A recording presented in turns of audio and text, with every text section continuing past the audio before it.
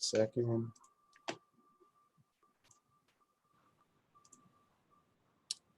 Okay, we're good.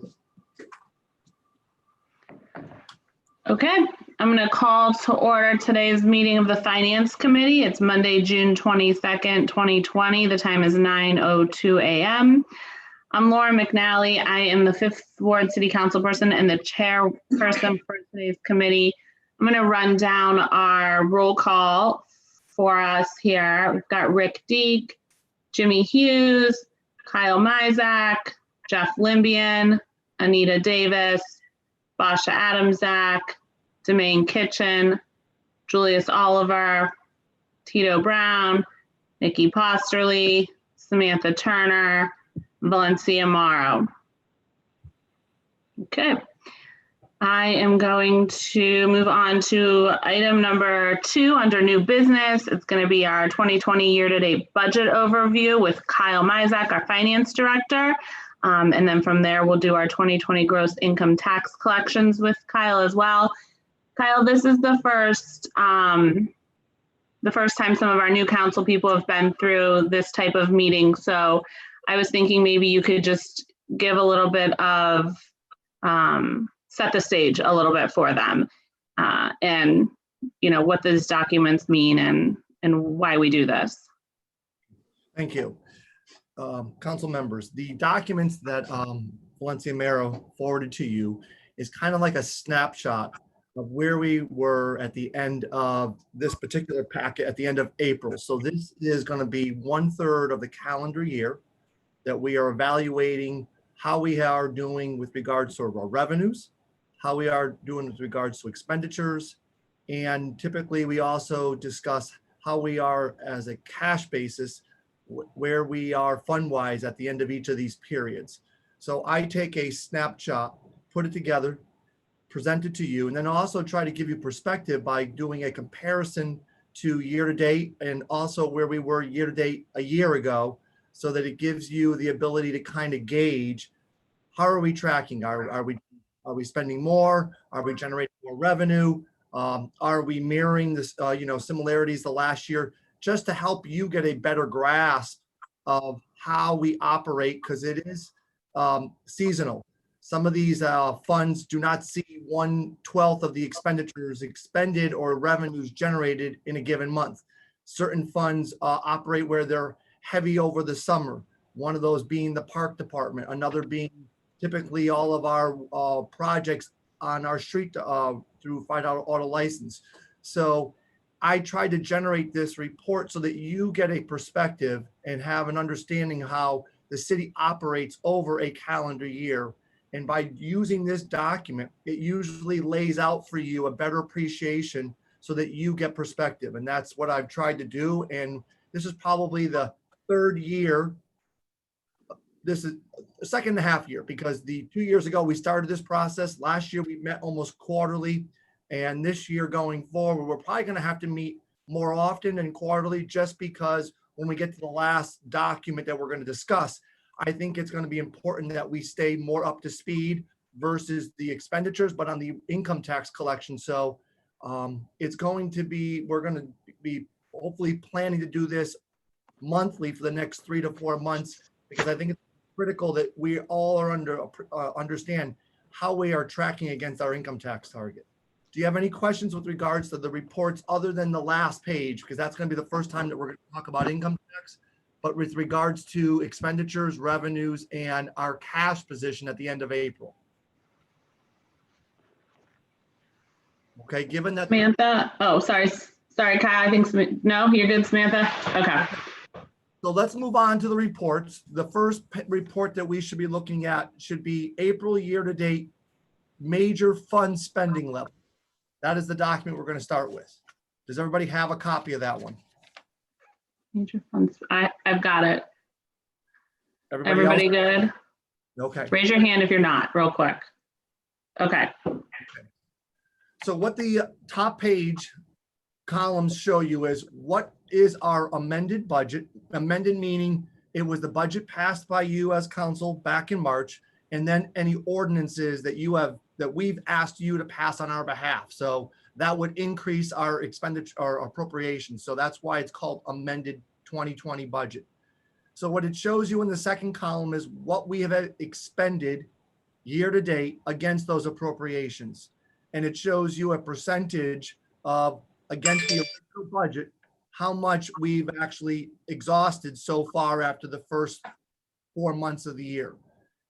The fourth column is the encumbrances. These are promises through purchase orders that we have made commitments to that we haven't in essence actually expended those funds yet, but they are promises, and that's why they're called encumbrances. So what it shows you on the fifth column on that top is what's remaining in the budget appropriation wise and what is unspent as a percentage. I give you these numbers really as a benchmark because the middle column is going to be more descriptive of when you look at how we are spending year over year compared to last year. But moving back up to the top one, does anybody have any questions about how and where the city is through the month of April expenditure wise?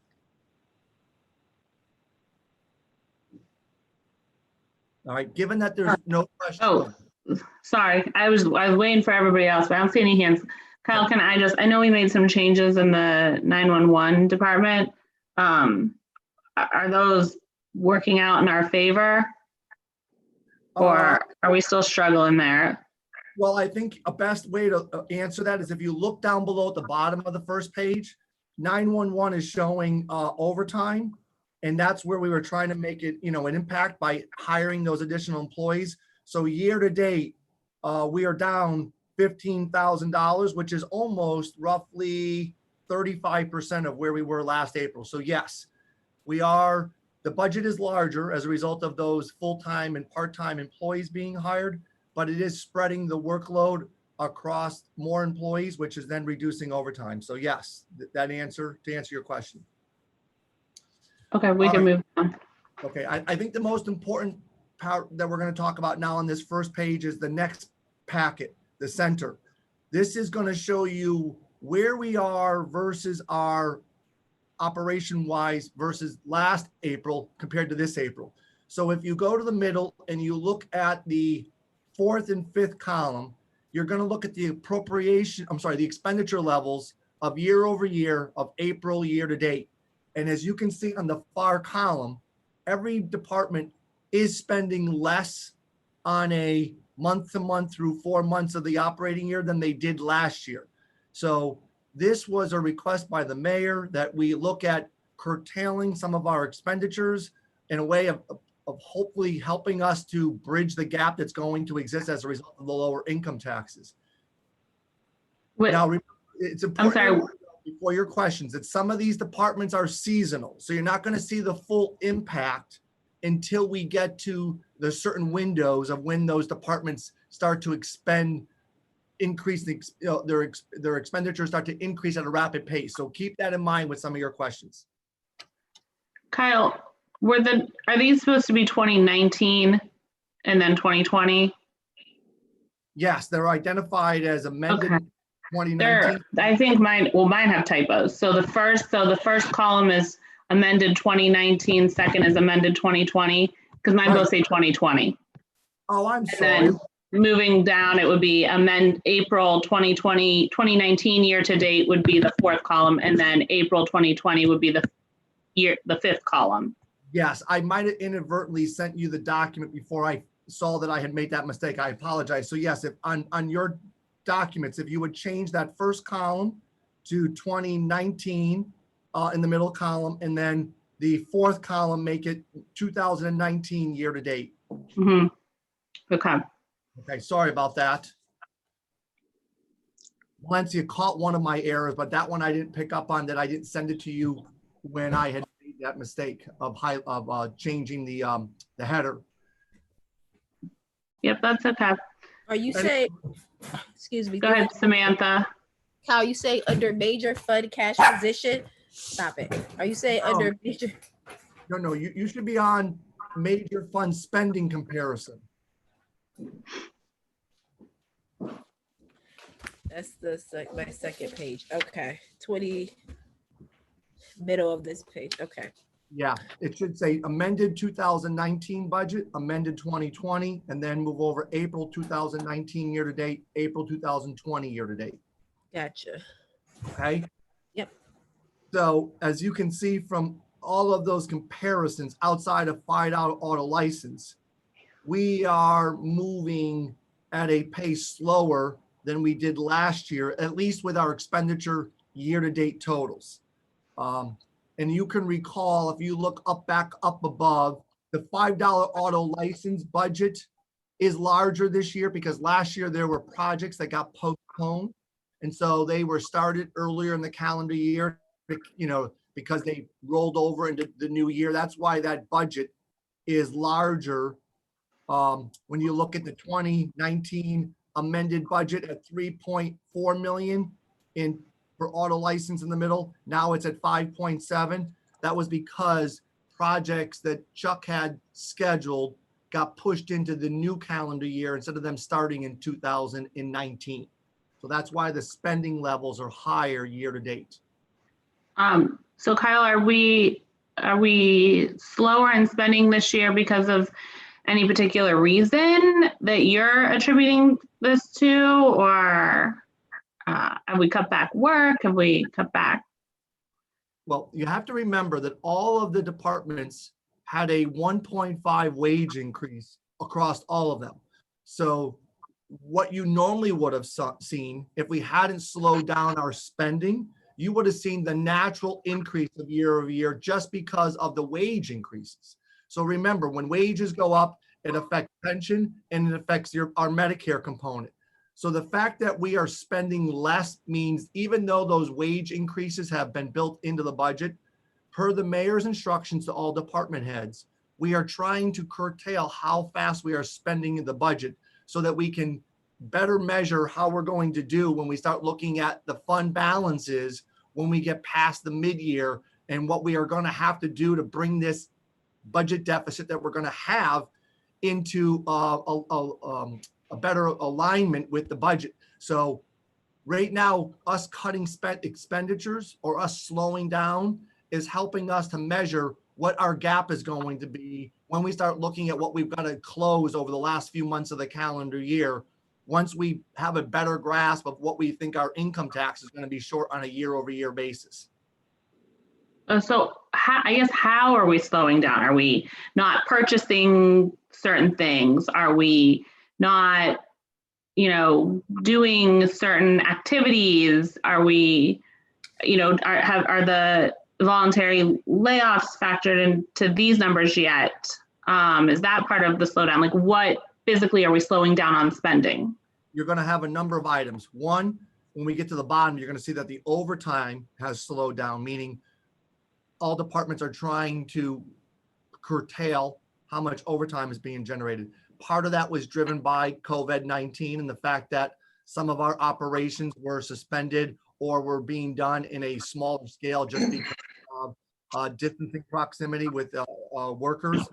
Second, yes, because this is April year to date, there is an impact in savings as a result of the furloughs because payroll was slightly impacted by that. So the real savings are going to start to materialize in May and April, but there is a small portion. But the big difference is the department's trying to be cognizant of the fact that if they don't need to order stuff because they already have an inventory, let's try to use our inventory before replacing it. And let's see what kind of savings we can generate that way first. Because unfortunately, we cannot curtail operating expending to close the budget gap because we don't have enough within our operating budgets outside of payroll and benefits to close that gap. So we are still providing those services. We are still spending money when it's required, but we're trying to be, cognizant. I can't use a stronger word of let's try to, if we can, not spend if we don't need to, meaning let's focus on what is needed and let's try to slow down and not spend money if it's not critical. And that's what you're seeing based on the percentage levels year over year. Anyone else have any questions at this point? Okay. All right, Kyle, go ahead. All right, now when you move down to the bottom, you're going to look at where we are with our overtime by fund. And as you can see, the departments, based on their budgets and based on what they've expended year to date, showing you where they were last year to date, you can see that there has been a definite reduction outside of the fire department, which we're all aware of what is going on there. But as a result, that is what is assisting our middle column where you show some of those expenditures being less. Some of that is being driven by overtime. Now, remember, what's not in this overtime is the pension. So each of the units get paid a different pension percentage. So there's even savings there as a result of this overtime being lower. So I'm just showing you a snapshot of just overtime, direct overtime, and how we are operating year over year through April compared to last year. Does anybody have any questions on the overtime? I mean, can we anticipate park and recs to increase over the summer months with grass cutting and stuff like that? Can we anticipate maybe police being less over the summer months since we're not having downtown events like we have in the past? To answer your question, with police, no. Because what's going to drive police is going to be if police officers are taking vacations. And remember, most police officers, most city employees take vacations during the summer. So those savings have come about really because of the COVID-19 and how it impacted the workforce and the fact that there wasn't people out as much like there was last year. Park department, yes, there will be an increase just like there will be in street. The mayor has given Kevin the okay to start working some extra evenings so that we can catch up on some of our grass cutting. So some of these numbers are going to, of course, increase, but I'm hopeful that these savings that have materialized through the first 4 months, those will continue to the remainder of the year. I know Kevin is cognizant of the fact that if he can make a sizable impact in his savings and overtime, and we move into the fourth quarter and we start to potentially see that we may be able to, land this without having to make drastic cuts if it's possible, he'd like to, order another plow truck. I told him that we need to wait and look at how difficult it's going to be to close the gap on income tax. But everybody, the department heads, per the mayor's instructions, are all looking at ways of working to try to reduce us spending some of what you've appropriated for us in overtime. But it is also driven by seasonality, and that's going to, to change within, the park department. It'll change with the street department, and it'll change in the police department. Now, fire, no. As you're aware, the remaining budget that's left is all holiday overtime. The department has used up all of its discretionary overtime, so that is why the chief is operating with closing fire houses. So that number is going to, in essence, grow, but the variance is probably going to stay close to where it is because he will only pay overtime to those firefighters when they work on a holiday. He is, closing buildings, so that overtime variance is going to stay, but it shouldn't grow. They should just end up using what's in the budget for their holiday overtime. So some of these numbers are going to assist in the bottom line and helping us at year end if there is no spike that causes them to have to need to use what they've saved.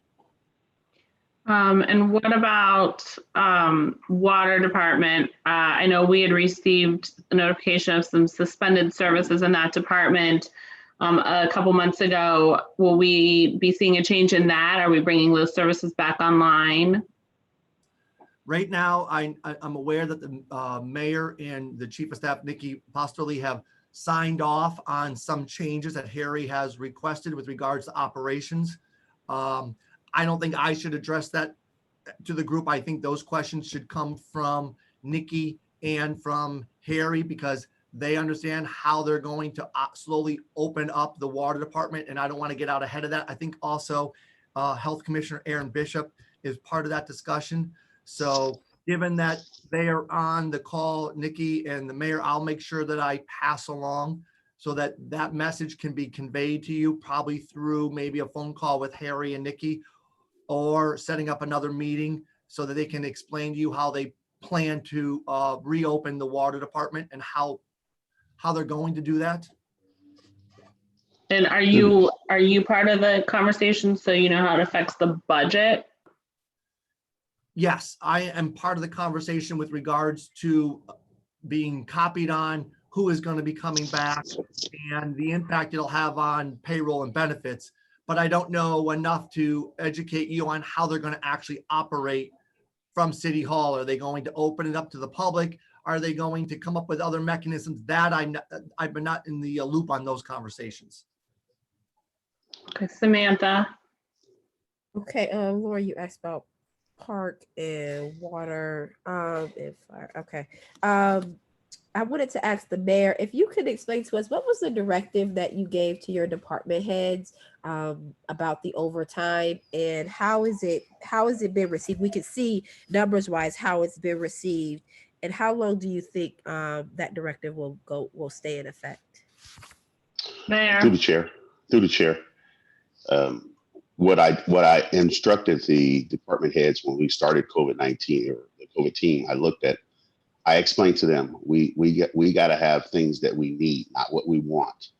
And we're reducing your spending, reducing your activities. And I told them it's for the rest of the year. This is going to be a long-term. COVID-19 and impacts of COVID-19 is not just for 2020. It's going to be for 2021. So during our staff meetings and then my one-on-ones with each department head, we go over those issues and how are we going to get through this tough time. So those are things that I told them and gave them that directive as soon as we start seeing the impact. The second piece you guys asked about water. July 10th, I believe, is when they're going to lift the moratorium on disconnection and reconnection. So we're putting a plan together for what that looks like as well. So Harry and his team can give you probably a better understanding, because the EPA is going to lift that sanction that now we can disconnect water bills. But we want to make sure that we roll it out to the public, as this is an opportunity for them to get on a payment plan and to make sure that we can keep their service going. I guess my question around water was more just numbers based. Like, Kyle, we weren't doing at least 3 services. So we had to have seen some type of financial impact there. But is that offset because we didn't do collections during that time? So were we already struggling? Like, what did the non-collection aspect, how did that affect our revenue stream in the water department? And then did we do enough by cutting services to save money and offset that? And then, what are we looking at as we come back online and start bringing the people back into work and start operating those services again? Are we going to be behind the 8 ball still for a little bit until the 2 collections and expenditures sort of level out? Or like, how do you see that just from a numbers perspective working? Through the chair, Harry and Ted Schmei have been tracking aged receivables. And prior to about 2 weeks ago, there was a trend that was not favorable with regards to unpaid bills that were beyond 90 days. Harry and Ted, along with the mayor's instruction, put out a mailer to, I think it was roughly 200 accounts, explaining that as a result of the backlog in their payments, that there could be a potential issue in the near future, meaning that once the state allowed us to potentially turn off water services, that we would take action. As a result of those mailings, I think there was like roughly 70% of those delinquent accounts were made whole. But those were only the targeted ones that were 90 days and out.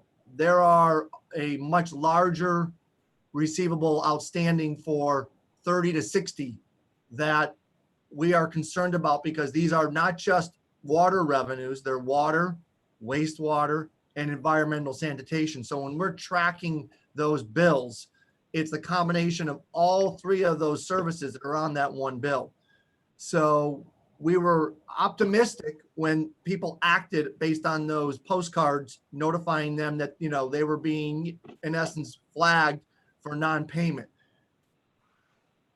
We were going to use that same exercise again, but then the state we were then made aware that the state lifting the sanctions. So there is going to be another mailer going out soon, informing those with much shorter delinquent accounts, meaning shorter on days of not paid, that we're hopefully going to see, by making them aware that we're going to possibly shut off services, that those people will make those accounts whole.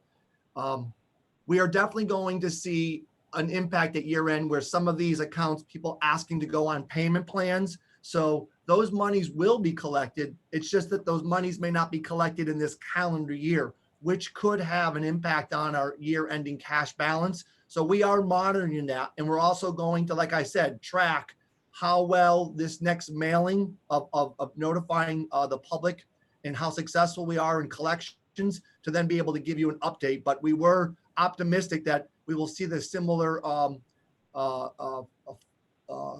compliance like we received when we did this last mailing. Anita? Yes, Cal, through the chair, Cal, if you have these numbers, what was the increase in the number of people who became delinquent in their water bills? Do you have that information, or was that be Harry? Through the chair. Harry has that information directly. I can ask him to share with Valencia after our meeting where things stood before they did the mailing and where things change as a result. But remember, these were the accounts that were plus 90. There was a much larger 30 to 60 day receivables that were outstanding. And again, now we're hopeful that those aren't going to roll into 90, be given, especially that, you know, the word on the street is that, you know, we're going to start, because of the change at the state level, that we can start exercising our normal practices. And that message getting out there is hopefully going to make a difference with people making payments on those outstanding bills. Okay, thank you. Kyle, just one last question here. It's, around the overtime. You mentioned like the street department is going to start working some extra overtime to catch up on work. Will the water department also be working some extra overtime to catch up on work? Through the chair. Or sorry, go ahead. That question of overtime for water would have to be Harry. I'm well aware of the overtime potentially for park and for the street department, because both Kevin and Dawn have put in requests to have some of the employees brought back because of services that need to be provided. And Kevin asked about, picking some additional hours to get ahead of some of the grass cutting. So I'm in the loop on those conversations.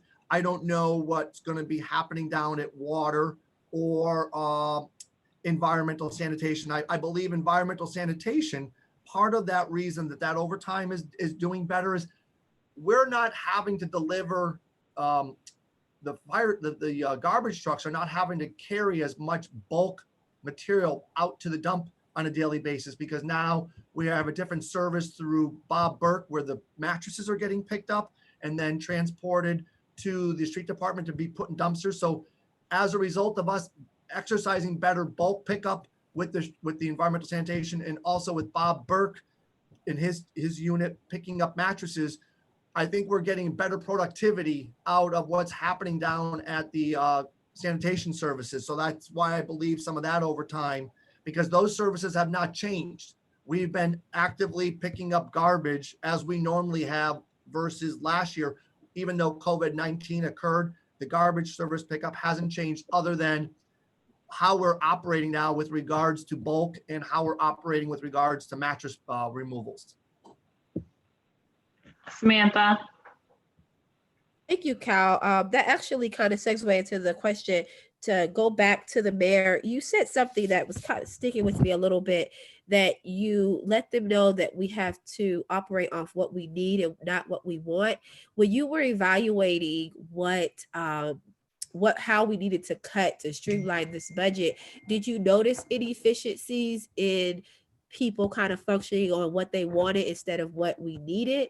And have you seen, like Kyle just said, as far as like the sanitation, have you seen better practices and streamlined efficiencies through this time? Yeah, through the chair, that's been our practice all the time, that we make sure that we all, a lot of times past practice, like, well, I always do it this way. I always did it that way. That's not the way we operate under this administration. And when I probably talk about the needs versus wants, we looked at equipment. We talked about, if there's a need, we can get it done during the full 8 hours versus overtime. So all of those pieces that were in place were just the department heads being more efficient. And yeah, all of them they grow as a team. I think the mattress and the dumpsters down at the street department came out of team conversation. It was like, well, why are we doing it this way? Well, let's think about it. So they would sit, and we've decided there's a better way to remove that so the garbage trucks can continue operating. They don't load down their trucks. So it's just all a team approach when we do our cabinet meetings or do our team meetings. Those are some of the things that we talk about. Ms. Samantha? Right, follow up. So have you noticed any other efficiencies that have been standout that have kind of come out of this COVID that you see, like this is a best practice we should continue on? And if you have, in what departments? I think you'll look at housing. You got housing and health. Just before COVID-19 became an issue, those departments had started working, because if someone's calling the health department about a health issue, or they call the housing inspector about a health issue, you were calling more maybe not the right department. So now we become a team approach. So you got to look at all the things that we're doing. We're collectively communicating. So communication has been one that we practice a lot with our community police. We have the zoning, we have code enforcement, health. All those individuals getting together and streamlining their conversation and communicating with one. It makes no sense that community police goes to one house. Well, I got to call out the health department, or we got to call out area agency on aging. So all of those now they take a team approach with those practices. Kyle, one of our last finance meetings, I think you mentioned that the COVID-19 actually had a direct impact on the fire department's overtime. We had a significant amount of people who had it, or I think. Is that the case for any of the other departments in this overtime scenario? Is any of the overtime being spent here attributed to, COVID? The fire department impact, there was 5 that potentially were exposed to somebody. And as a result, the chief, as he spoke to you, he didn't want to commingle firefighters with different firehouses. So he concentrated on number 1 downtown, where those individuals were potentially exposed. And as a result of those 5 having to isolate, we generated roughly $26,000 in our overtime that was associated with that while they were staying home. It's my understanding that there has been some people that have come in exposure to others, but over time, I don't think we've seen anybody have to, in essence, generate additional overtime to cover that, because we've not been flagged by any of the department heads. So no, I think the only place that I'm aware of that we had any incident at all was at the fire department. Anita?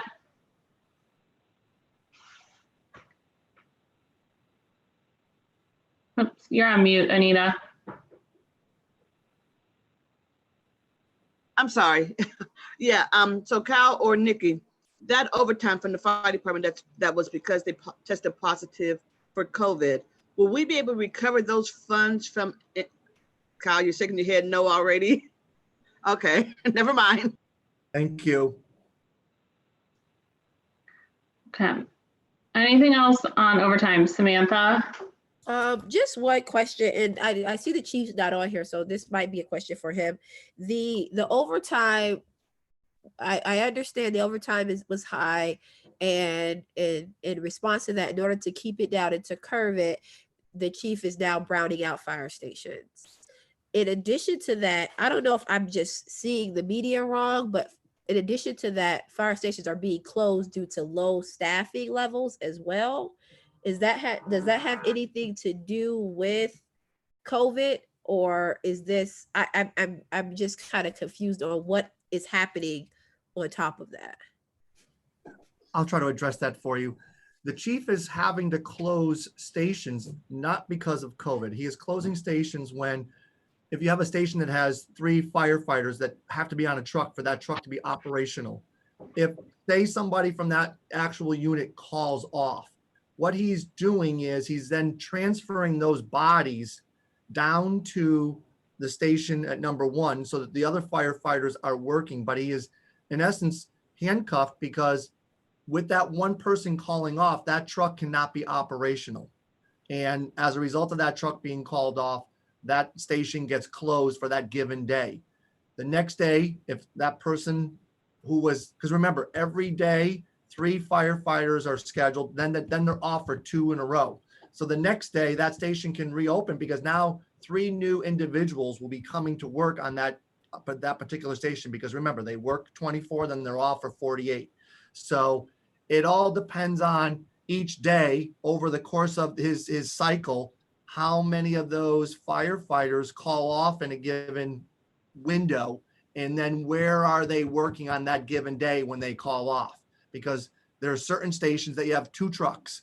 If someone calls off there, they may already have the ability that on that given day, there's an extra floater. So that floater will then be designated to go to that station, and that truck will still be operational. So there are days that people call off that there is no impact on station closures.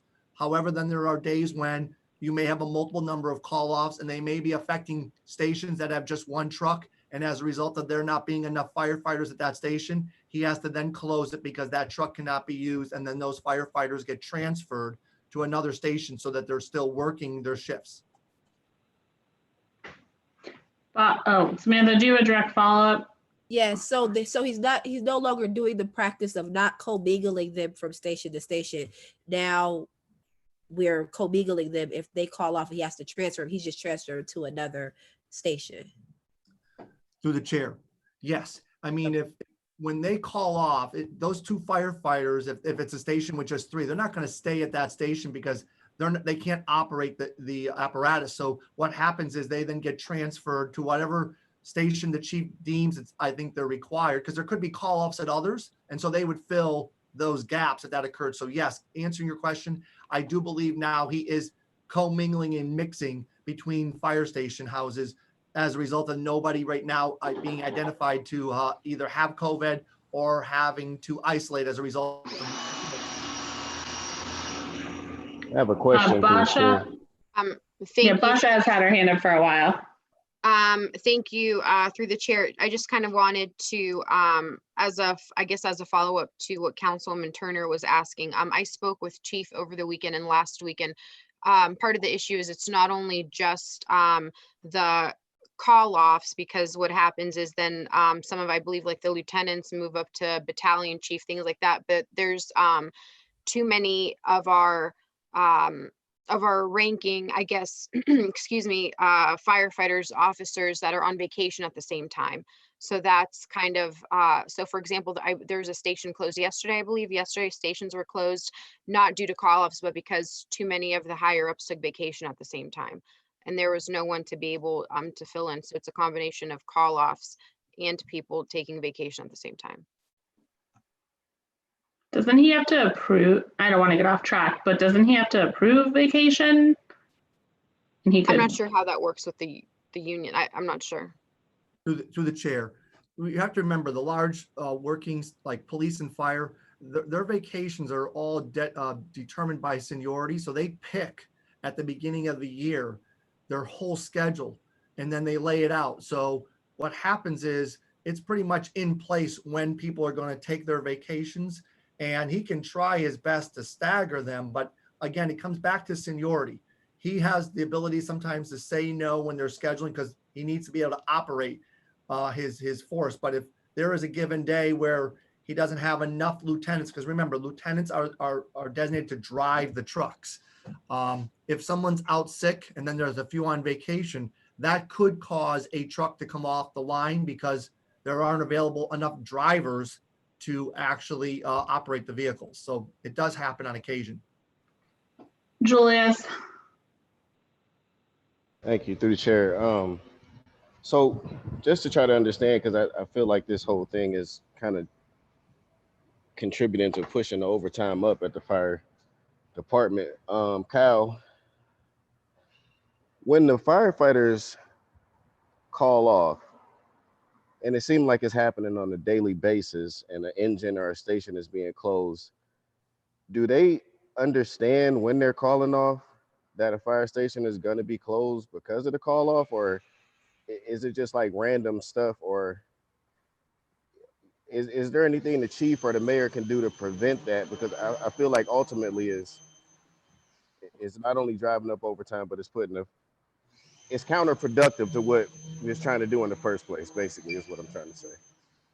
So with all the vacations and the call offs on a daily basis, do they understand the impact that they're having when they call off? To the chair, I can't speak on what they actually think. I gotta believe that they're aware of what is going on. I mean, I think the union president was surprised that when the chief made the announcements that we were going to operate in this manner, it was his belief that he made public that the city has funds and that should not be the case. I think you as a group understand the magnitude of what we're up against. And so unfortunately, if we want to move in a different direction, I'm not sure that the administration and myself would be behind what if we took a different direction, but unfortunately, it is what it is. And we've made it public. We've shared the data. And I'm hopeful that next year that this trend can, stops. And so that when we give them this budget, they operate and use it the same way they had done the first 5 months of 2019, where only $10,000 was used for overtime compared to 126 this year. So, I'm optimistic, and I think the message is been conveyed by you and your disappointment with them, and at the same time by the administration's change of direction and how we're handling this. Samantha. So my final question on this, just to be clear, Chief has a schedule for brownouts, but if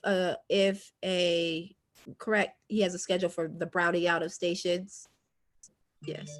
When you say through the chair, what do you mean by a schedule? He doesn't know if he has to brown out until each morning when the call offs, because you have to call in at a certain window. And so until that occurs, he can't predict what's going to happen unless he knows he's got a number of people on vacation and maybe there's a number of them out there injured and sick, that he would then be able to plan around that. But with just normal call offs, he's at the mercy of each day until that process is finished to then determine how he's going to operate for the day.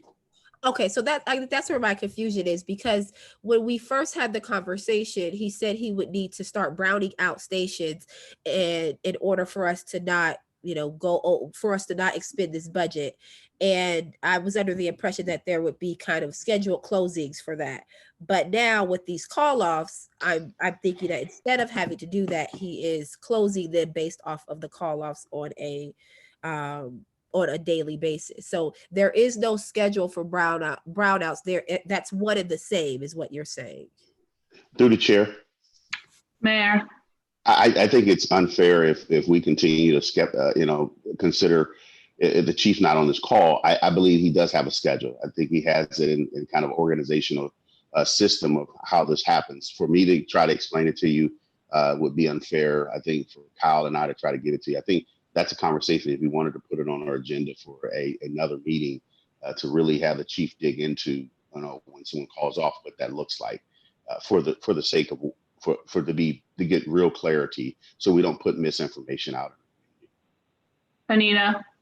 To the chair, there's a safety meeting this Thursday, and I'll ask Chief Finney to come.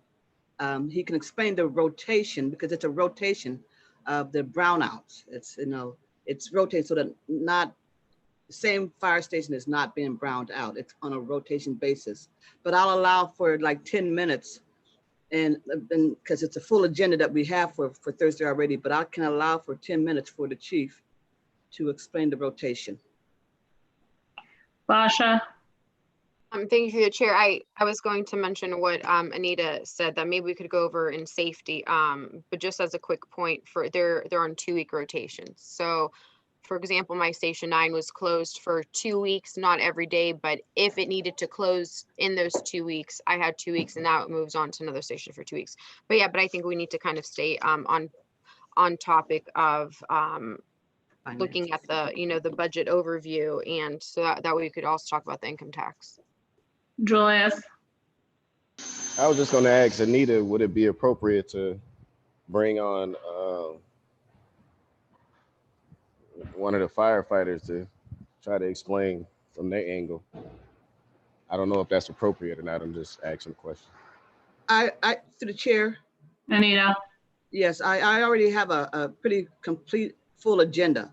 I have several items. We're not going to get to them this Thursday, but like I said, I can squeeze the chief Finley in to explain the rotation of the fire stations. But more than that, no, because there's already an agenda that we have set. Okay, so, but we can do it next month. Okay. So just to wrap up this overtime discussion where we're at here, I'm sorry, I have one more question. I know we need to move on from overtime, but just actually going back to what Samantha was talking about efficiencies in other departments. Kyle, you said that, you know, we were able to reduce overtime and sanitation partly because, you know, we're doing it differently now.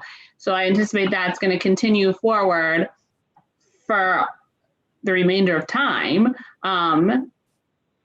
Have you guys made any shifts in other departments or identified other changes in the way we do things in other departments to have the same effect yet? Or are we not there yet with other departments? Through the chair, I think when you start to look at how are we going to potentially, you know, change how we operate, I think one of the biggest areas is to just look at the general fund. The overtime there is only $23,000 for the city. We have only spent $5,000 after a third of the year. I mean, it's not a big number, but we're all within City Hall trying to operate more efficiently. We're also doing more work with less people because of the number of people that we were able to get to volunteer through the layoffs. Some work isn't getting done, but those are areas that we can put off. At least I know that in the departments within the general fund. I think the police department, I think the chief is well aware that he needs to live within that budget number.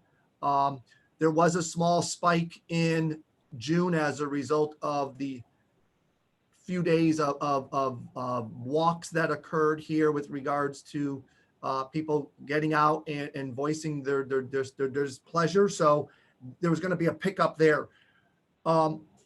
Water and wastewater overtime. I think now that Gene Leeson is down working in charge of wastewater, I think there is going to be a large focus on trying to make that workforce more productive. So hopefully we're going to see the fruits of those changes over the next few months.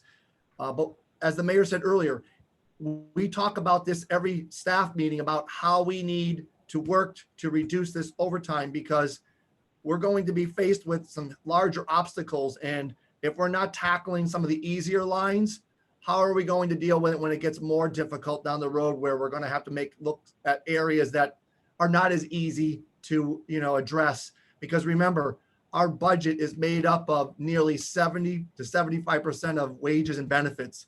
Operating expenses make up a small portion of the budget. So it's, you know, as this conversation starts to get, you know, a little more focused when we get into some of these other pages, that's where it's going to really rise to the surface of how we are going to have to make some sizable inroads with savings. Okay.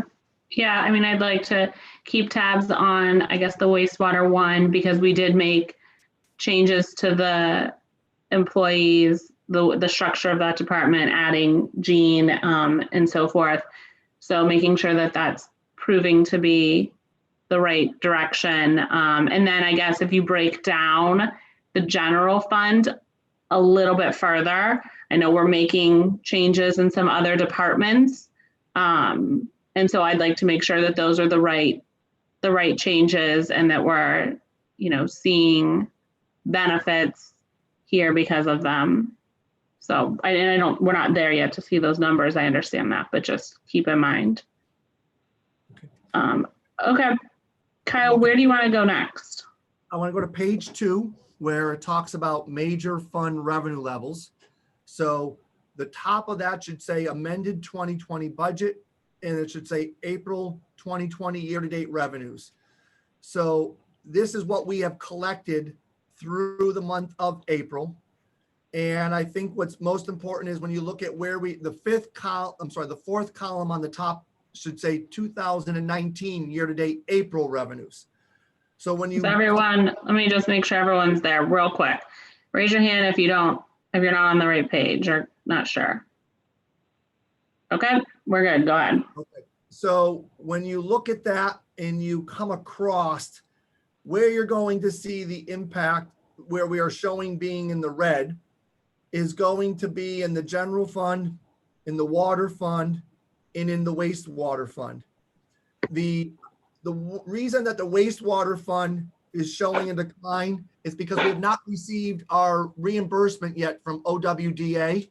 We are going to be receiving nearly $7.5 million. That money should be arriving in the near soon, because we've put together those last 2 projects, and council gave us the authority to pay those planning fees that were appropriated. So those revenues should be arriving to reimburse us, which will then, of course, put that fund much better in revenue growth than what this page is showing you. The reason that the water fund is being impacted is a result of the fact that we have not been able to shut off accounts and people not paying their bills in a timely manner. So that is the impact of what you're seeing there year over year with regards to revenue collections. And that is concerning, because as you're aware, you just recently changed last council meeting to increase water rates by reducing garbage rates. And that impact is going to affect those revenue year over year comparisons. But before that change occurs on July 1, you can see that that we're down year over year. And it has to do with the fact that people haven't paid their bills in a timely manner. The general fund shortage is attributable directly to the income tax. And once we get to that topic, you will see why that line item is reduced compared to where we were last year. Are there any questions on the fund totals? Anita? Yes, Cal, you said the water is down based upon the lack of our ability to collect because of the moratorium, correct? That's part of it, yes. And people not paying when they should But based on their billing cycle. Okay, thanks. Anything else? Okay. How is this, is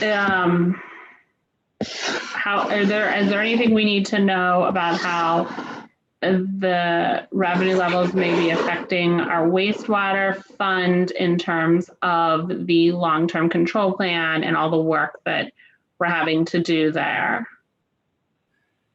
I would say that what went on at Marshall Street, what's going on with COVID-19 in regards to collections does negatively impact the fund, because one, when we have projects that are not planned, then are quite difficult to fix, that does cause us to use our cash sooner than we normally had planned to. So, I mean, I am worried that this could have an impact, but remember, I won't know until we get to year end and look at against our 5-year forecast where we had planned to end the year cash wise and where we will end given against that forecast. So I will be evaluating it, but I do believe right now there has to have been a negative impact just because, you know, Marshall Street was not on our radar and COVID-19 and the effects of revenue collection. So we will be watching it. The impact is not going to affect us in the near term. It's more in the out years when you start looking at year 4 and 5, because remember, it's this debt service is going to plateau and it's going to take us some time to to use up this surplus. Because remember, we were using the surplus to meet some of those extra increases in debt service. So hopefully with, you know, our project levels and hopefully with collections, and we are still internally discussing going back to the county to change how that calculation of charging them for those services. Because remember, we provide that service to a number of our neighbors and we are paid by the county for that. And so we are looking into putting together a new analysis and study to determine if the flow coming into the plant that's coming from the county, if it's greater than what we have been using in the past, make those calculations. That would be a new revenue source that was not built into Mr. Buzerall's study, but it was some area that he had said, listen, administration, you need to reevaluate that. Now, Chuck is looking into it. It's not going to be cheap to get a study done because it's talking about having to, you know, to get down into some of these major pipelines that feed the plant and putting in things that measure that quantity. But it's going to, I think, in the end, pay for itself once council gives the approval and Chuck's got it in place. Because if we're providing this service and we're not getting compensated for the amount of service that we're providing, it's in our best interest to move forward to help ourselves to alleviate any revenue loss by picking up new revenue that we deserve. Samantha. I'm glad you mentioned our Buzerall study. I was going to ask the mayor if there was anything in that study that is helping us during this time, you know, since, you know, we've invested in that and you know, sat down and went over everything with him. So is there anything in the study that's really helping us to move forward, Mayor? I think if you read the study, all of it is what we're looking at, how we're spending in our past, not versus the future. I think if you look at the water, wastewater, we had not looked at those funds for years, and now us looking at them has really helped us. But also, it's given us a 5-year. We're looking out in the future. We're not just looking for this year, next year. We're looking 5 years out. So it gives us a great look at it. So I think, you know, as council reads the report, look at it and get a sense of where, if we don't do anything, here's what happens. But if we start taking incremental steps forward in that report, it helps the city and gets us on firmer and steady financial ground. Samantha, go ahead. A direct follow-up. So incremental steps, when you say that, what's like the implementation? I know you talked wastewater is a big one, and I know that Harry had a lot of points for that as well, but can you give us some specifics of what you want to start moving towards in this 5-year plan that he laid out for us? If you just in direct response, if you look at our equipment line, we had an equipment line probably about $2 million. There was no need to have a $2 million equipment line. So we looked at that as well. Then you look at staffing. We looked at staffing for bringing outside contractors in versus if we would hire more individuals working internally, we won't have to bring the contractors in. So we're trying to make sure that we bring a lot of that work that was going outside coming back inside. So we're doing it with our guys and not having outside contractors do it. Samantha, go ahead. So direct follow-up. So staffing is actually one of the things that I was going to ask about. So with the study, looking at the staffing, with what's going on with COVID, have you seen the staffing levels that have you seen trends in how you want to begin to implement changes in staffing? Has that helped you to see those changes? Well, I think in the direct response, if you look at what Gene's down there doing, and we just had one of our team meetings just last week, where we looked at he's gone over and kind of did an assessment, and that's why I wanted him there to do an assessment of the staffing level. I think he has we have a schedule of, okay, if we start with here are some vacancies. If we get these vacancies filled within the next 3 months, if we get these vacancies filled in the next 6 months, we'll see a lot more reduction in having outside contractors do the work that we can do internally at a cheaper rate and a better operational for us. Anita. To the chair, yeah, Cal, you mentioned services. Can you give me 1 or 2 examples of the services that we would be charging or increasing to the county? Well, right now, the counties, through the chair, I'm sorry. Right now, a significant portion of the flow that comes into the wastewater treatment plant is for customers that are outside of Youngstown. The county is responsible for paying that. We have an agreement that I think has been in place since the early 80s that hasn't been modified and has been used to calculate each year what it is that they are to reimburse us. And it was Tom Morante's and Chuck Shashow's belief, also along with Michael Buzerall, that we need to reevaluate and look at how that calculation is done. And at the same time, we need to test and see if that flow has changed. But to test that flow, it requires a study, and it requires, again, to be able to go back and tell the county that the flow has increased or the flow is greater than what it was in the past. There's got to be proof. And so there needs to be somebody hired who can substantiate that. And once that documentation is in place, we then have we believe the ammunition to then go back to the county and say, based on the data, you're underpaying us, and going forward, we'd like to, do this. And because we're processing this and we're doing it at a discount to you. That's what we believe, but we got to gather that information to be able to prove that. Okay, Kyle, just anything else that you want to highlight here under the major fund revenue levels we should be aware of? Not that I don't believe so, no. Okay, any final questions on revenue changes here? Right. Okay. Kyle, where do you want to go? What's up next? We're going to move on to the middle, and this is going to show you where we are compared to the start of the new calendar year and where we are cash-wise at the end of April by our major fund, and what that level of cash position is compared to where we were last year at, where we are compared to the start of the new calendar year. That's what the middle is showing you. So the far right is our balance either increasing or decreasing depending upon the color. If it's in red, it means our cash position has decreased from where we started the calendar year. And if it's black, it says that we are in essence healthier than where we were at the start of the calendar year. So as you can see, 911, park, police, fire, and street, along with environmental sanitation, actually show increases. And the reason that those are showing increases is, again, twofold. One, overtime is lower in those departments. Two, departments are spending less. And as a result of spending less, their cash burn is slower.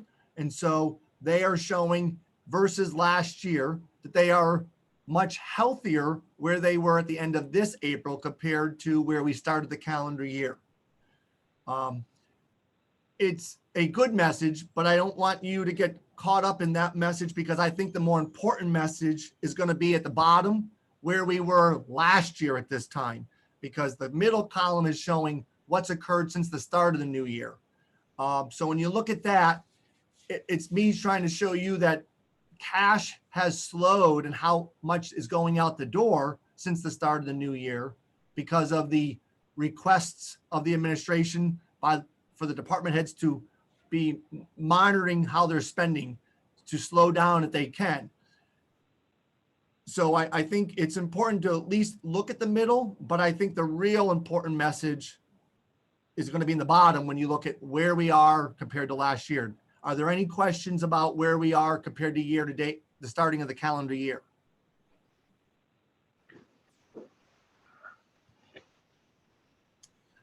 Okay, I think we want to move on to the bottom, and this is where it's significant. The bottom is showing you where we have changed since last year to this year for those major funds. And as you look to the far right, you can see that year over year, we are lower than where we were last year at this same point in the calendar year. That does concern me.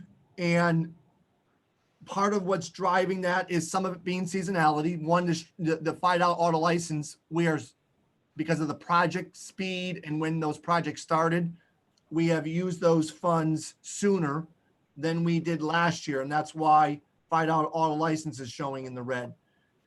The reason that Park and Rec is showing in the red, it was just, we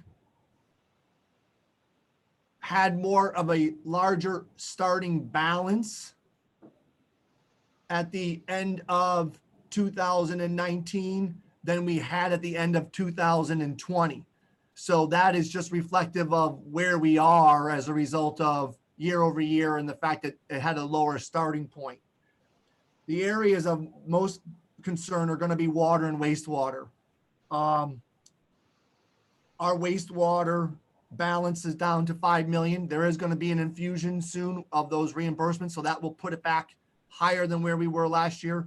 But when you look at water, we started the year at nearly 2 million.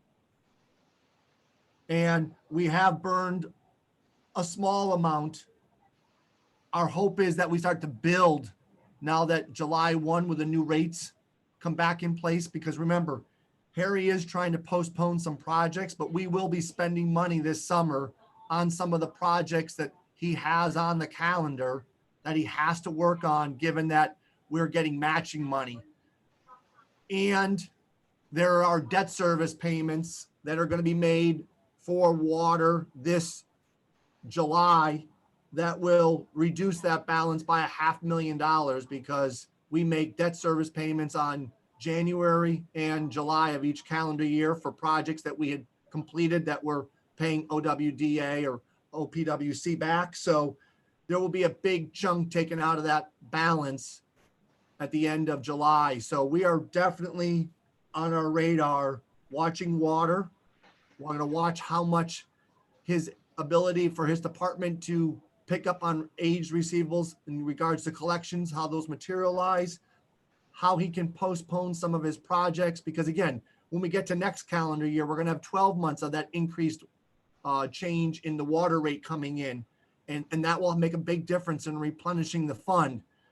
But we need to make sure that we don't bring that fund into the red at the end of the calendar year, because that'll make it, put us in potentially fiscal watch, and we don't want to be put in fiscal watch with a enterprise fund. So we are definitely watching that balance. The general fund is going to be a concern, which will directly impact police and fire, because when we start talking about the last slide, remember, income tax is dedicated to police and fire. And so if overall income tax starts to decline, it's going to impact the general fund and police and fire. And the general fund will be impacted in two layers, because if police and fire are being impacted, that means that transfer from the general fund is going to be important to help keep it close for those two funds to stay in the black. The problem is, remember, the general fund budget is roughly $31 million. 18 of it is just transferring to police and fire. So we subsidize those two operations where nearly almost 2/3 of the income tax go into the general fund. Remember, the general fund will collect roughly 23 million in income tax. 18 of it is being funneled to police and fire directly to subsidize their operations. So when the income tax declines, it has a immediate effect on the general fund, but it also has an immediate effect on police and fire because of the dedicated income tax going to those funds. So when you look at those balances, the fact that they are lower than they were at the end of last April of 19 only means that as we go forward and income taxes don't meet their targets, it's going to have a impact on police and fire also. So are there any questions before we get to the most important slide on where we are year over year with cash by fund balance? Given that there's, oh, okay, Anita? Anita? I just wanted to get those numbers down in my head correctly. Of the 31 million that we collect in income tax, 18 million is directed towards police and fire, or No. 18 million? No, Anita, to the chair, Anita, 31 million is the general fund budget. And Okay, then- I'm sorry. Yes, the general fund collects about, it gets about 23 million of its overall revenue is from the income tax. Okay. And then we transfer from the general fund 18 into the police and fire budget. Yes, it's not Okay. equal, but yes, that is what the transfer is closely to, yes. Okay, thank you. Samantha? Thank you through the chair. And Cal, we're expecting some decrease in the income tax. We just don't have those. You just don't know for sure, but we are preparing for a decrease in the income tax. No, through the chair, we're going to talk about what has already occurred and how much deeper it's actually going to go once we get to this last slide. Okay, so I'm going to hold my question till after that slide. And Anita, correct me, I'm sorry. The general fund income tax this year is 23 million. Okay, Any other questions on this year-to-date cash comparison section? Here. Okay. All right, Kyle. okay, we're gonna move on to income tax. I'm showing you a component of my forecast. This is the summary level of rolling it up. So what I have provided you is where we stand year over year compared to our gross. These are gross collections, not net, not what gets deposited into the funds, because net is going to be after you take into account your refunds and after you take into account the component that RETA sets aside for it to provide the service. Right now, RETA is charging us about 1.1% of our total collections. So in essence, we are operating at nearly 60% savings of what it used to cost the city to go out and collect income tax when it came to its staffing. And each year that percentage actually shrinks as RETA expands because we're their largest customer. So every time they add a new community, our costs go down. But getting back to the top of this chart, what you are seeing is how we are collecting income taxes in total gross versus last year's collections to this year. And as you can, and when you look at those numbers, I want you to be aware that when you look at December, that is December's wages that were then paid 30 days later, meaning they were earned in November and then paid in December. So when we look at a calendar year of collections, we are talking about December through November of activity because community or businesses are required 30 days after withholding to remit to the city. So as of May, we have already collected half of our income taxes for the calendar 2020 calendar year. And as you can see, we are 7% behind after 6 months versus last year. We were nearly on target before we collected March and April's income taxes that were paid in April and May. As a result of COVID-19, we have seen a significant drop off in income tax. And that is going to continue.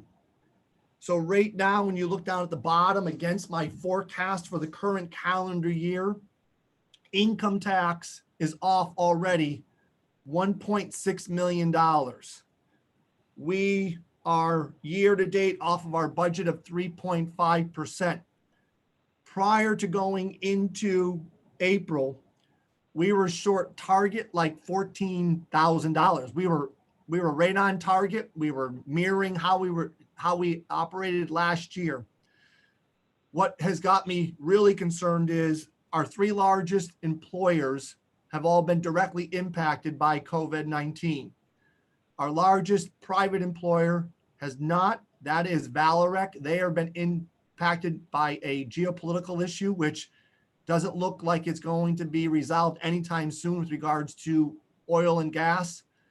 Our other two largest employers were directly impacted by COVID-19, that being YSU and St. E's.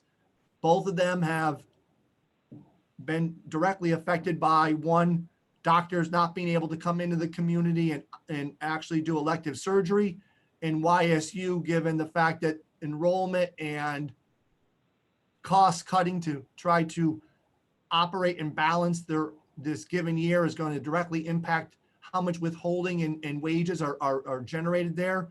So we are going to struggle going forward. I will have May's collections finalized on July 15th. So I think we need to have another meeting right after that so that I can give you an update on how May's income tax came in. I think that is going to be how I will evaluate month to month going forward, because by May, all operations within the community were at a standstill because of COVID-19. I think when you are downtown, you see that activity is not where it was prior to COVID-19. So here we are, it's already mid-June. And I don't believe that when June's collections are remitted that we're going to see improvements there. I did have conversations with a few businesses, and some of those businesses are still struggling, large businesses. So I don't see any quick change out at Valorec. My belief is that May is going to be, at least when I say May's collections that are going to be paid in June, we will see them finalized on July 15th, are going to be another $500,000 short of target. And if that is going to be our benchmark, we are going to most likely have 3 full months more of this, because I don't know if June or July is going to see a quick turnaround. So if you add another 1.5 to that 1.6, I believe our bottom revenue loss, our lowest amount that we can count on not seeing come in the door, is going to be at least $3 million. I believe it's going to then build, not maybe to the speed of what the next 3 months is going to add to it, but we know for sure that we're not going to have the same economy here through August through November. So there's going to be additional loss of income tax.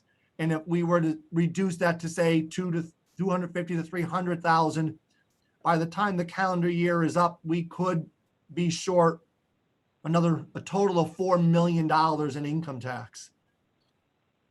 How are we going to overcome that? I have some answers. I haven't figured out all of them yet, because I don't think we want to get out too far ahead of this to start making decisions until we have a much better grasp. I think we will have a better indication by July 15th, but we have $700,000 plus in rebates that came from workers' comp. We are not going to expend any of that. About 480 of it will directly affect general government funds. The other difference will be put back in the enterprise funds. We have roughly $300,000 in savings for the month of May. I'm sorry. Yes, in May, as a result of those employees taking the voluntary layoff. about 280 to 250, 250 to 280 will directly impact general government funds. Some of those other were waste and water, so those savings will fall there. We are bringing some people back in June, so those savings are going to decline slightly. We have not made any decisions yet on July. Those will all be made by department requests coming into the administration. If there is an extension of the CARES Act, we could potentially ask those that are still on voluntary to stay on voluntary if those benefits are extended, because the only way that we can directly save money is by curtailing our payroll. We are not getting any, at the moment, any direct assistance from the federal government or from the state government. We are also being impacted, it's not in here, with our casino money, also our gasoline. But with regards to income tax and its direct impact on the general fund, I believe that if things do not have a V-type recovery, if it's a more gradual, that we are looking at a $4 million problem in the general fund. And I believe that we have answers to roughly 1.5 to 2 million of that total.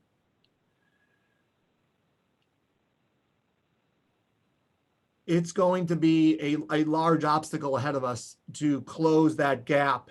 I'm not sure right now how we're going to address that. We're going to wait until we have July 15th total to be able to tell you where we are through June. And then the administration internally is going to have conversations, and then we will bring to you a plan. But as I advised the mayor, I want to see what June's collections for May's activity looks like. Do you have any questions of the severity or the magnitude of what is occurring across our workforce based on these income tax totals? Samantha? That was one of my questions, is if we could have a plan, but you're gonna wait with the administration to produce a plan after you see the base totals. So that'll be great to see. But then you said we haven't received any direct assistance, and maybe this is a question for the mayor. Is that kind of on the radar? Do we think that might be something that might come down the pipeline? And how are those conversations going? And the city actually getting some direct assistance? Mayor? Well, just a direct response through the chair. There's still conversations at the federal level. I think that Congress passed it over to the Senate.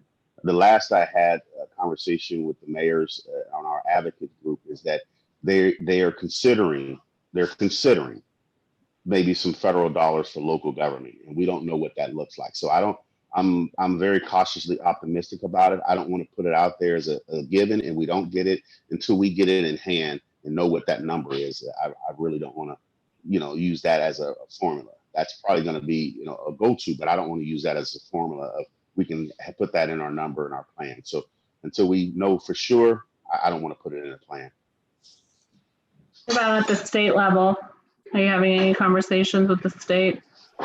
We through the chair, we are. We twice a week we're with the governor. However, if the state is actually trying to figure out how to balance their budget. They've made also many cuts, and I think the cities and the townships will be last before they distribute dollars to those for our revenue loss. So they're going to try to shore up their budget first, and then we could probably see something fall off from the state, but we're not sure what that number looks like. The only one that got any monies was those that had a population of 500,000 or more, and that's Columbus. Anita? To the chair. So, Cal, your best guesstimate is that with everything that we are doing right, that you're still looking at a projected shortfall of $1 to $2 million for this year. Through the chair, at a minimum. Yes. I got that, at a minimum. Thank you. Kyle, I had a couple questions. First, Is there an impact, I guess, on our income tax if people continue the trend of working from home or working from locations that aren't, necessarily in our city limits anymore? Through the chair, just so that all of you are aware, at the municipal and at the state level, all unemployment compensation is tax-free. Taxes are only paid at the federal level on any unemployment insurance.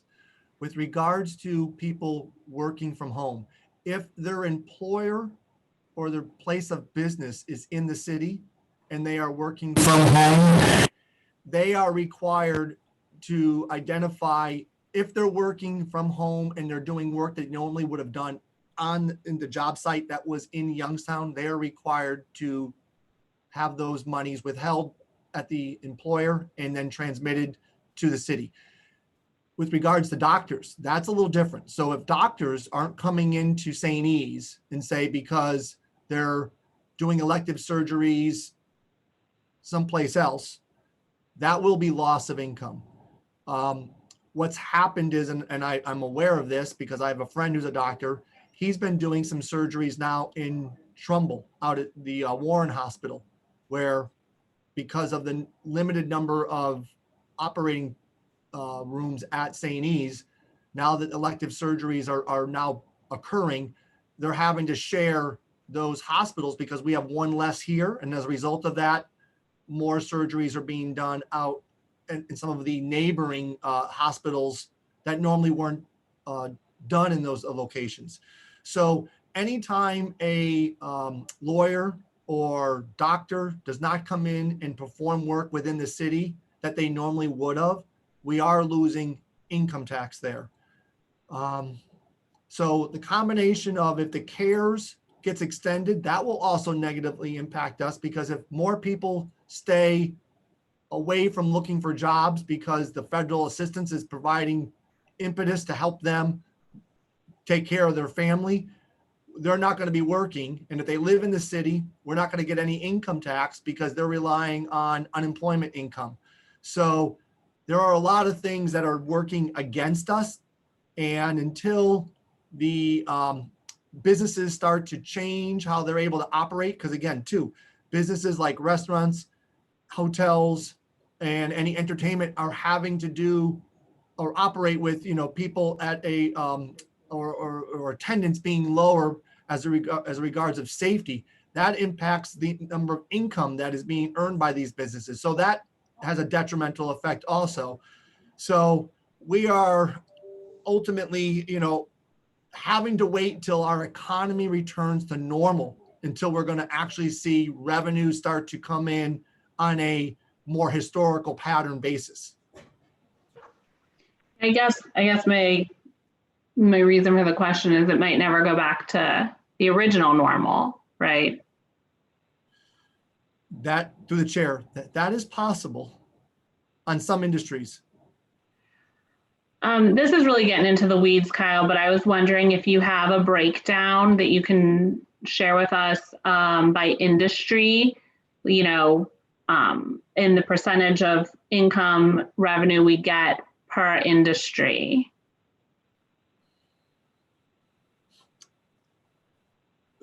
Through the chair, we have documentation that shows us how we collect from our largest employers and which employers year over year show declines.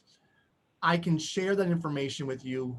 We just can't use that information directly to discuss it in the media because individual income tax tracking and collections is proprietary information. So if we start to share that directly, it needs to be, not used in a manner that you are directly discussing it with anybody other than in general in discussions with some of your wards or some of your, meetings. We cannot,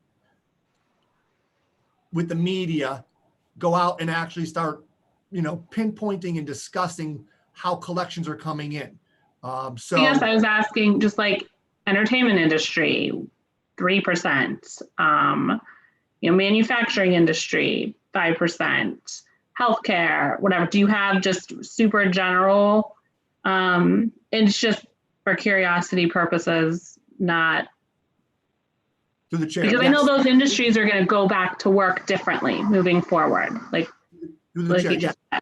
We can actually break down for you what as a percentage of how much income versus, direct dollar amounts. But yes, we are heavily concentrated in two types of industry, heavy manufacturing, but I can provide that in some smaller manufacturing, and then a concentration in non-public operations, meaning hospital, university, city government, and utilities. So yes, I can provide you with some of that, and you will see that we are not directly negatively impacted like some communities when it comes to the leisure entertainment activities. We do not have a large concentration of that. Where we have a large concentration, and the data will show you, is in manufacturing and in medical and educational and governmental services. But yes, I can provide you with something that you could then look at our income tax and totals, and as those percentages give you some indication and appreciation for where we are concentrated in our industries. So then thank you, to just follow up with that, Mr. Albuserol had said, and I think the first time he did the study, really told us that we should think about diversifying our industry base, and that we were relying too much on a very small number of businesses to fund ourselves. And so I was just wondering, like, have we made any inroads there? What's the plan? Because that was suggested from his first study. Gosh, are we 3 years ago now or so when he came out with that first one? So what's the direction happening there? Because I think it's more important now than ever that we really diversify our base. And perhaps the mayor can answer that. I'll start through the chair. It's urgent that we do our best to try to diversify and to concentrate on some growing industries. What makes it difficult is our income tax. Nearly having the largest in the state does prevent us from being, it makes it harder to market. On top of that, our school system makes it harder also, and the fact that property values are lower. So there's a lot of things that we're working against. I do know that Nikki feels it's prudent, and I agree with her, and along with the mayor, that we need to get a planner, somebody with expertise, to start looking at how do we change the city's view and its platform. And planning is critical because those services have not been here for quite some time. And if there's going to be inroads made, it has to start there in economic development. So I believe that the direction that we're trying to move in is the direction that we need to go in. Unfortunately, it does take time. And given that if Valorec wasn't being directly impacted by what's going on with regards to oil and gas, I don't believe that the severity of this decline that you're seeing would be happening here, because we know that the university is going to recover. We know that the hospital will recover quickly once activity picks up.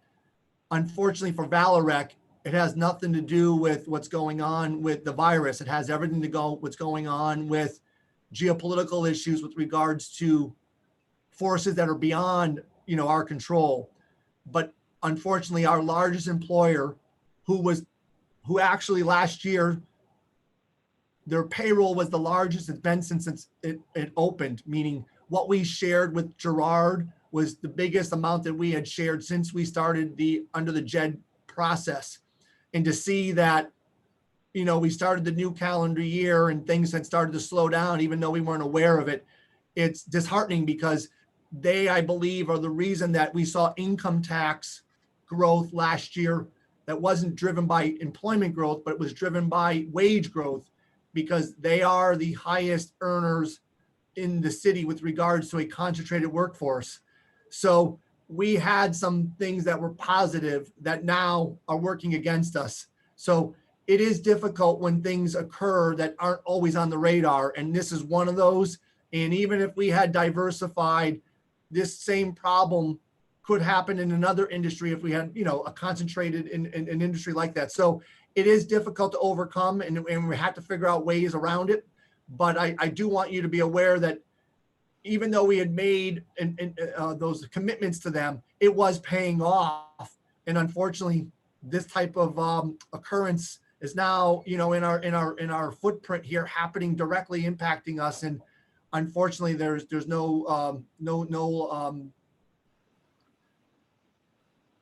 I can't give you a timeline of when that's going to, you know, correct itself. Basha. Thank you through the chair. I guess with all the challenges that we are facing, I don't want to say it's almost inevitable, but are we going to possibly be facing layoffs? Through the chair, I think we are going to hold off on that right now. We are, again, waiting till we have our collection totals for the month of May. That will be here for, you know, June's target to evaluate that. We're going to also consider that if this CARES Act gets extended, we can save through December 31st, 75% of employees' wages if we retain them and provide them healthcare coverage. Because remember, right now, the state is picking up half of the unemployment that normally gets the federal government's picking up half of the unemployment that normally gets passed on to the city. That may be an area that we may need to even expand before we start thinking about laying employees off, which would mean a cut in services. We should look at, if the CARES Act gets extended, to actually pushing more employees into that path and using the savings that we generate to try to close the gap, so that when things do improve, we're able to bring those people back, and we're able to, in essence, not have to go back out and rehire and retrain.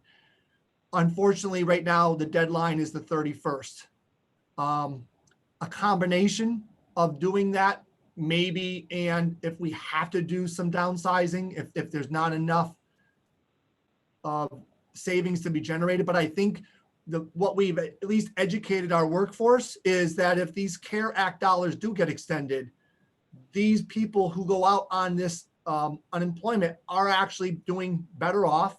And if we can continue to operate and deliver maybe a limited number of services, because the public appreciates our fiscal situation and can understand that, you know, we're trying to do our best without having to make cuts in services that are going to be ongoing and not be returned back to normal, where if we could, you know, possibly do something that postpones, but the message is clear, that would be, I believe, the administration's first direction. But unfortunately, getting back to your question, Basha, it all depends upon if federal subsidies are going to be in place. If federal subsidies are not going to be in place, we are going to have to address that particular topic. Go ahead, Basha. Thank you. Direct follow-up. I can appreciate everything that you mentioned, Kyle, and I think it's, I think whether council or administration, you know, in any city, we would never want to do layoffs, but sometimes that's the inevitable. It may have to happen. We have to look at, you know, streamlining policies, procedures, you know, work more efficiently. We're all being asked to do, you know, more, you know, with less. And I think the way things are trending, and even for all the reasons that you mentioned, I think we should just at least be preparing ourselves for that possibility that it may happen. I mean, I know, you know, we don't want to state it prematurely, but it seems as though that may end up happening. But thank you.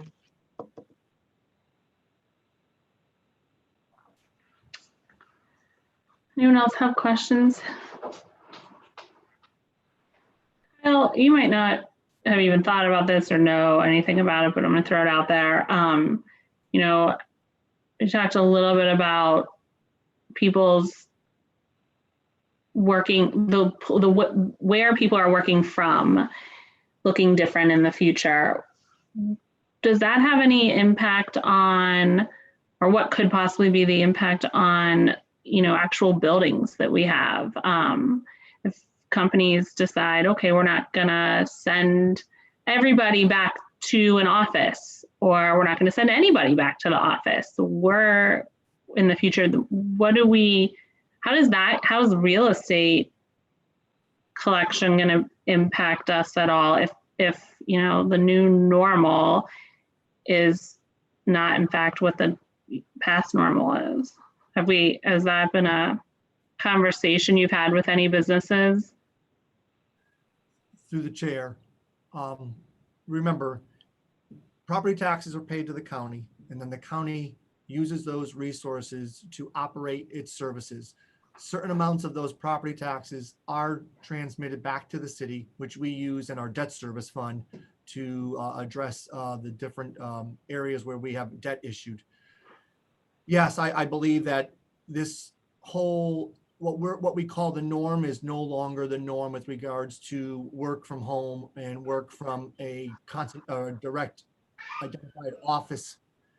And what's that going to do down in the future? Well, one, I think it does two. It creates opportunity at the same time of changing the landscape. But the opportunity gets created is, are there opportunities now for other types of businesses to maybe move into some of these buildings that are not being used the way they normally were used, and for entrepreneurial, you know, growth and ideas, and trying to do something that maybe didn't exist here in the community, but now has a luxury because, one, there's more parking available, because that is one of our obstacles downtown has been, you know, where do we allow for people to park if they want to work in a downtown, you know, business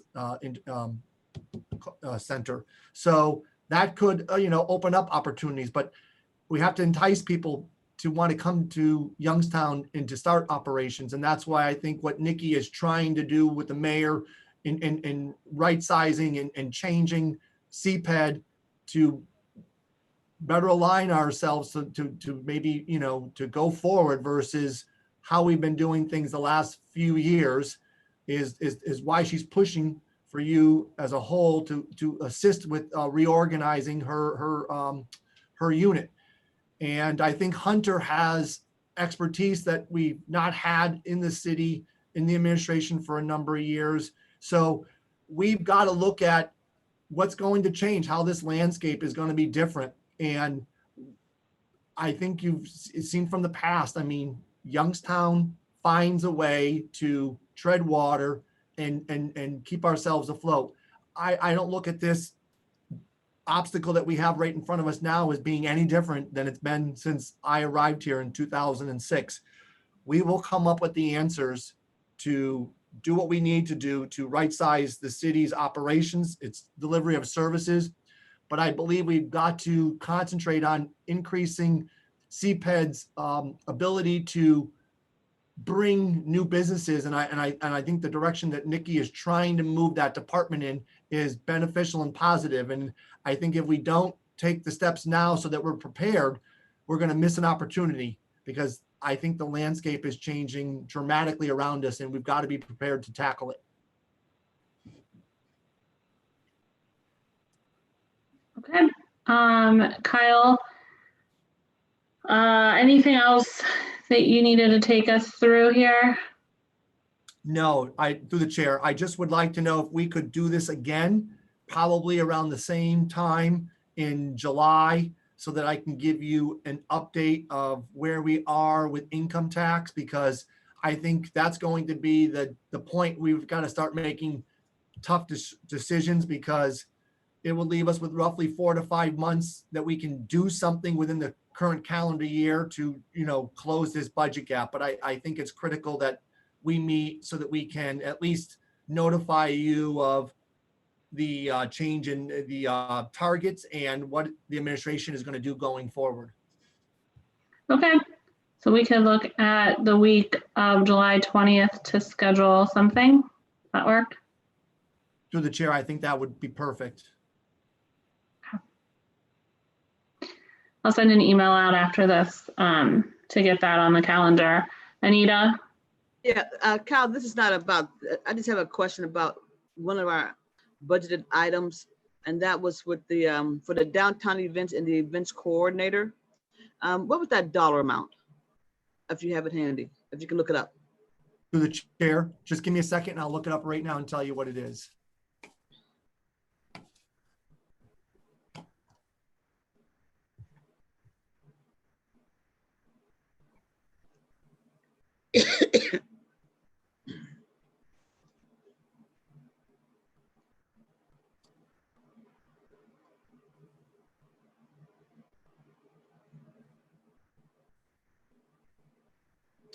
Through the chair, the Federal Plaza budget was $125,000.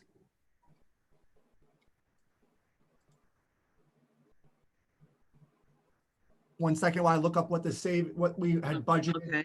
for the employee position in the mayor's department.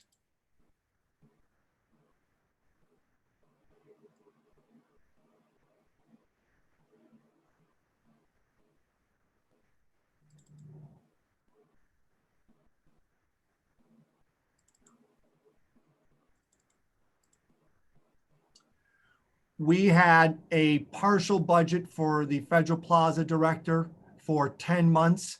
So there's roughly $36,000 in wages and some benefits associated with that. So roughly $40,000 in savings by not filling that position. That is assisting right now in closing the budget gap. Okay, thank you. You're welcome. And Kyle, have we expended any money out of the Federal Plaza budget this year? Through the chair, I don't believe so, but let me just check. If we had, it would have been monies that would have been carried over from the prior year. So that, but that does not impact the current calendar year. But let me tell you right, just give me a second.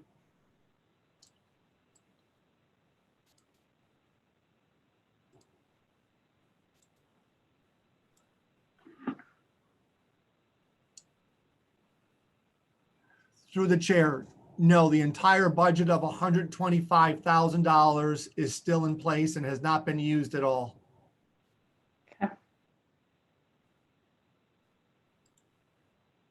Okay. Any further chair. questions? Oh, go ahead, Kyle.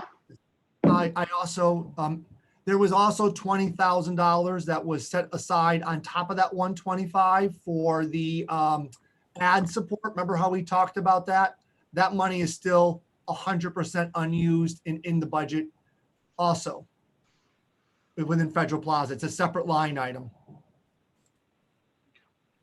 So there's a total of 145. Okay. Anita?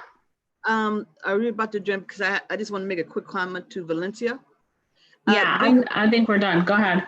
Okay, V, if you could you add Chief Finley on the agenda for Thursday, if it hasn't already gone out? Yes, I will. Thank you. You're welcome. Okay. I don't see any further questions. We covered the whole agenda. We're going to schedule our next meeting for the week of July 20th. So I will take a motion to adjourn at this time. Motion to adjourn. Second? All right, we are adjourned at 10:50. Thank you, Kyle, for all of the insight and information. Rick, we're You're done. welcome. Yeah. Okay.